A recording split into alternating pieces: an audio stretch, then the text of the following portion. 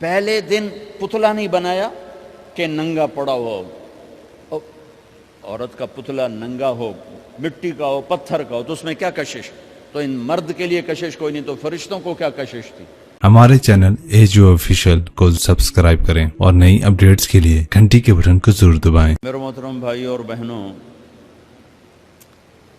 اسلام زندگی گزارنے کا وہ طریقہ ہے جو اللہ نے اپنے علم کامل سے ہمیں عطا فرمایا.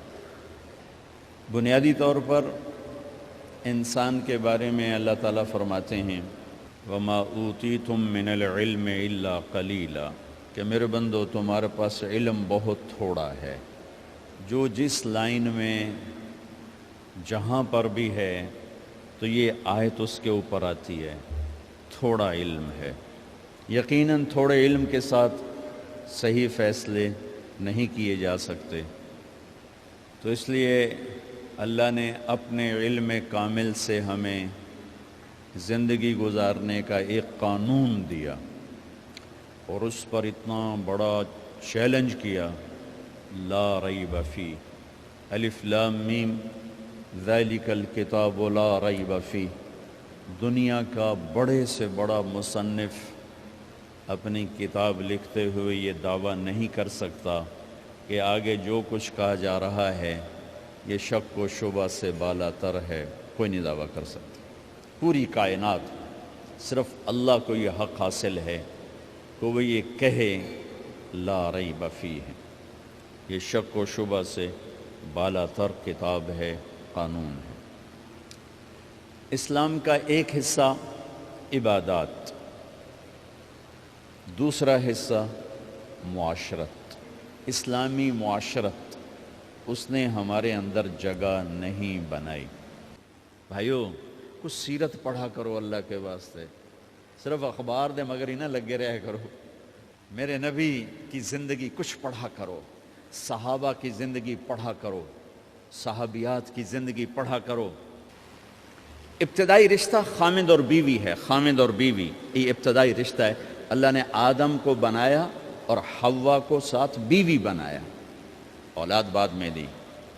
اور ایک اور بات، آدم کو بنا دیا مٹی کا پتلا کٹھا کر کے، مٹی کٹھی کر کے پتلا بنا دیا. 40 سال کے بعد روح ڈالی، چل بھائی جا جنت، اور اکیلے بھیج دیا، بیوی نہیں دی. حالانکہ اللہ چاہتا تو ساتھ ہی حضرت حوا کی مٹی کا ڈھیر بھی لگا دیتا، اس کا پتلا بھی تھپ دیتا، فرشتوں سے تھپوا دیتا، اور پھر 40 سال کے بعد دونوں کو کٹھا جنت میں ڈالتا. بہت سارے پیغام، اس میں بہت سارے پیغام.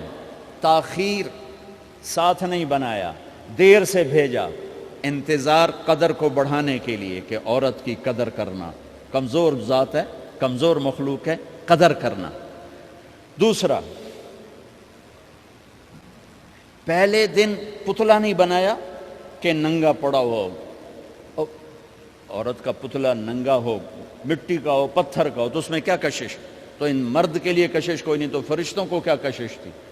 پہلے دن سے عورت کو پردے میں بنایا، بے پرد نہیں کیا، بے پرد نہیں کیا. اس کا پتلا نہیں بنایا، اسے ننگا نہیں چھوڑا. اس کو پہلے دن سے کورڈ. اور کیسے بنایا؟ فرشتوں کو کی آنکھوں پہ پردہ اور آدم کو سلا دیا. آدم علیہ السلام سوئے ہوئے ہیں، فرشتوں کی آنکھوں کے سامنے پردہ ڈال دیا گیا.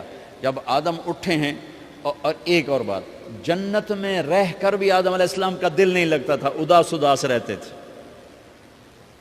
اماں آئی تو بابے دا دل لگا، تو اداس رہتے تھے جنت میں. جب آنکھ کھلی تو اپنے لیفٹ سائیڈ پہ ایک خاتون، سر سے لے کر پاؤں تک لباس میں. آپ نے سنا ہے نا، یوسف علیہ السلام دنیا میں سب سے خوبصورت ہستی پیدا کیے گئے. یہ مردوں میں، عورتوں میں سب سے خوبصورت حضرت حوا کو پیدا کیا. کون ہے؟ کہتے ہیں اللہ کی آدم تیری بیگم. کون ہے تیری بیگم؟ نکاح پڑھایا.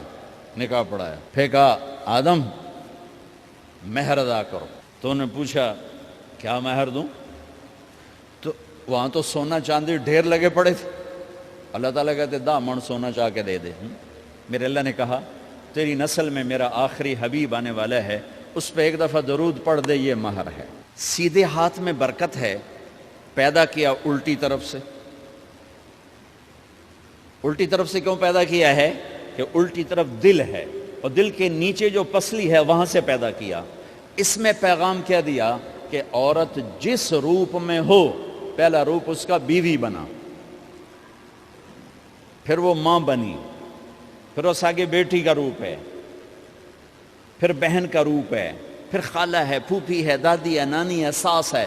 جس روپ میں بھی عورت ہے اس کو دل کے قریب جگہ دو۔ یہ دل کے نیچے سے پیدا کرنے میں یہ پیغام دیا گیا ہے، اسے ذلیل نہ کرو، اسے خوار نہ کرو، اسے بے عزت نہ کرو، اس پر شدت نہ کرو۔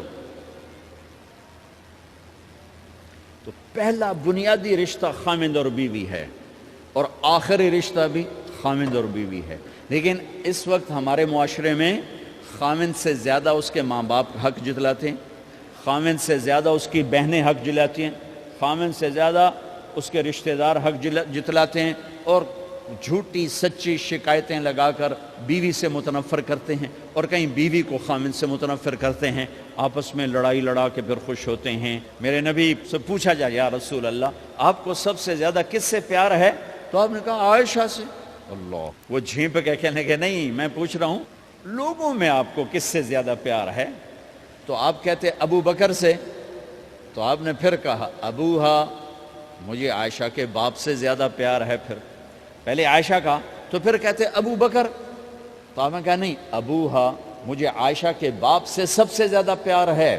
یہ آپ کو میسج دیا ہے کہ گھر کی زندگی کیسے ہوتی ہے، کوئی عشق نہیں چڑھا ہوا تھا، میسج دینا۔ ام عائشہ چھوٹی عمر کی تھیں، ان کو آٹا گوندھ کے دیتے تھے، آٹا گوندھ کے دیتے تھے، پھر جب ان کو آٹا گوندھنا آ گیا پھر چھوڑ دیا، پھر ان کو سامنے بٹھا کر لقمے بنا کے کھلاتے تھے۔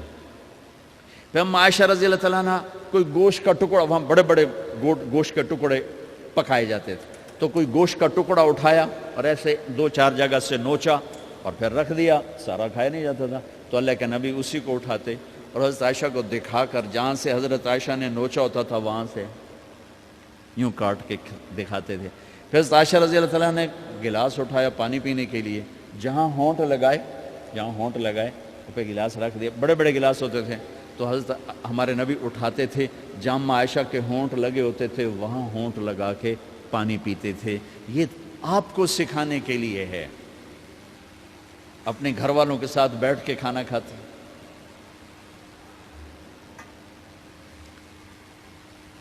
یہ میرے نبی کی معاشرت ہے، یہ میرے نبی کی زندگی۔ گھر میں جھاڑو دیتے، اپنے کپڑے خود دھوتے، کوئی چیزیں بکھری پڑی ہوتی تو بیوی کو نہیں ڈانٹتے، خود اٹھ کے سیٹ کر کے رکھ دیتے، گھر والوں کے ساتھ مل کر برتن دھوتے، صفائی کرتے، گھر والوں کے ساتھ مل کر۔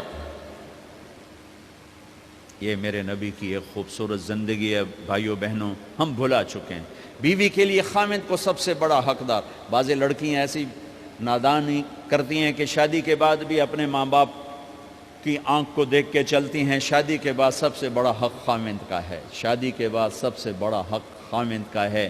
ماں باپ پیچھے چلے جاتے ہیں، بہن بھائی پیچھے چلے جاتے ہیں، لیکن یہ نادانیاں بھی دیکھنے کو ملتی ہیں کہ شادی کے بعد بھی ماں باپ اپنی بچی کو اپنے قابو میں رکھنے کی ترتیبیں سوچتے ہیں تو وہ بھی اپنی بچی کا گھر برباد کر دیتے ہیں۔ میرے نبی سے پوچھا گیا یا رسول اللہ عورت پر سب سے زیادہ کس کا حق ہے؟ تو آپ نے فرمایا اس کے خامند۔ ایک خاتون ہے، یا رسول اللہ میری شادی ہو رہی ہے تو میرے اوپر میرے خامند کا کیا حق ہے؟ تو آپ نے ارشاد فرمایا تیرے خامند کے جسم پر زخم ہوں، زخموں میں پیپ پڑ جائے اور تو اپنی زبان سے چاٹ کے زخم صاف کرے تو تو نے اپنے خامند کا حق ادا نہیں کیا۔ خامند کو سمجھایا کہ سب سے بہترین مسلمان وہ ہے جو بیوی سے اچھا سلوک کرتا ہے، اور میرا سب سے اچھا سلوک ہے اپنی بیویوں کے ساتھ۔ یعنی قاب قوسین او ادنا آپ کا مقام ہے، اللہ پاک کا دیدار اپنی آنکھوں سے کیا ہوا ہے، اور آپ ہمیں معاشرت سکھا رہے ہیں کہ ایک جہاد کے سفر سے واپس آ رہے ہیں، ہم عائشہ ساتھ ہیں، تو آپ نے صحابہ سے کہا بھئی آگے چلے جاؤ، وہ سارے آگے چلے گئے۔ جب سارے نظروں سے غائب ہو گئے تو آپ نے کہا عائشہ دوڑ لگاؤ گی میرے ساتھ؟ عائشہ نے نہیں کہا، میرے نبی نے کہا دوڑ لگاؤ گی؟ آج کل کا کوئی علامہ بھی یہ نہیں کرے گا، عائشہ دوڑ لگاؤ گی میرے ساتھ؟ کہا جی لگاؤں گی۔ تو دوڑ لگائی تو عائشہ فرماتی ہے میں آگے نکل گئی، اللہ کے نبی پیچھے رہ گئے، چاہے آپ جان بوجھ کے آہستہ ہوئے ہوں ان کی دل جوئی کے لیے۔ کچھ سال گزر گئے، پھر جہاد کے سفر سے واپسی ہو رہی ہے تو آپ نے صحابہ سے کہا بھائی آگے چلے جاؤ، تو سارے آگے چلے گئے، غائب ہو گئے۔ عائشہ دوڑ لگائیں؟ کہا جی لگائیں۔ تو فرمایا کہ ان دنوں میں ذرا موٹی ہو گئی تھی، جب دوڑ لگائی تو اللہ کے نبی آگے نکل گئے، تو پھر آپ نے کہا عائشہ ہذہ بتلک، عائشہ اب تیرا میرا حساب برابر ہو گیا، اس دفعہ تو آگے نکل گئی، آج میں آگے نکل گیا۔ یہ میرے نبی کی معاشرت ہے کہ بھری محفل میں کہہ رہے ہیں مجھے عائشہ سے سب سے زیادہ پیار ہے۔ اور عرب میں عیب تھا، جیسے ہمارے ہاں بھی عیب ہے کہ کوئی بھری محفل میں کہ مجھے بیوی سے سب سے زیادہ پیار، کہ تیری ماں کتنے گئی؟ ماں باپ کی وجہ سے بیویوں پہ زیادتی نہ کرو، بیوی کی وجہ سے ماں باپ پہ زیادتی نہ کرو، بڑے ہو تو بڑے بنو۔ تو کھٹ بٹ ہو جانا تو کوئی بڑی بات نہیں ہے، مطلب یہ وہ گھر ہے، میں اس گھر کی کیا تعریف کر سکتا ہوں۔ تو میں آگے کا ایک قول سنا دیتا ہوں ابن عباس کا کہ جنت میں نور کی چمک اٹھے گی، سارے جنتی کہیں گے یہ نور کیسا نور ہے بھائی جو ساری جنت کے نور پر چھا گیا؟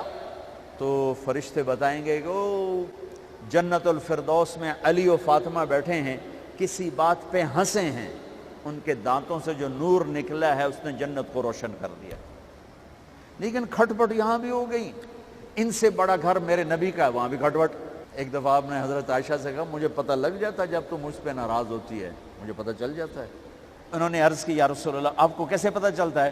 کہ جب تو مجھ پہ ناراض ہوتی ہے نا تو قسم اٹھاتے ہوئے کہتی ہے ابراہیم کے رب کی قسم، اور جب مجھ پہ راضی ہوتی ہے تو پھر تو قسم اٹھاتے ہوئے کہتی ہے محمد کے رب کی قسم۔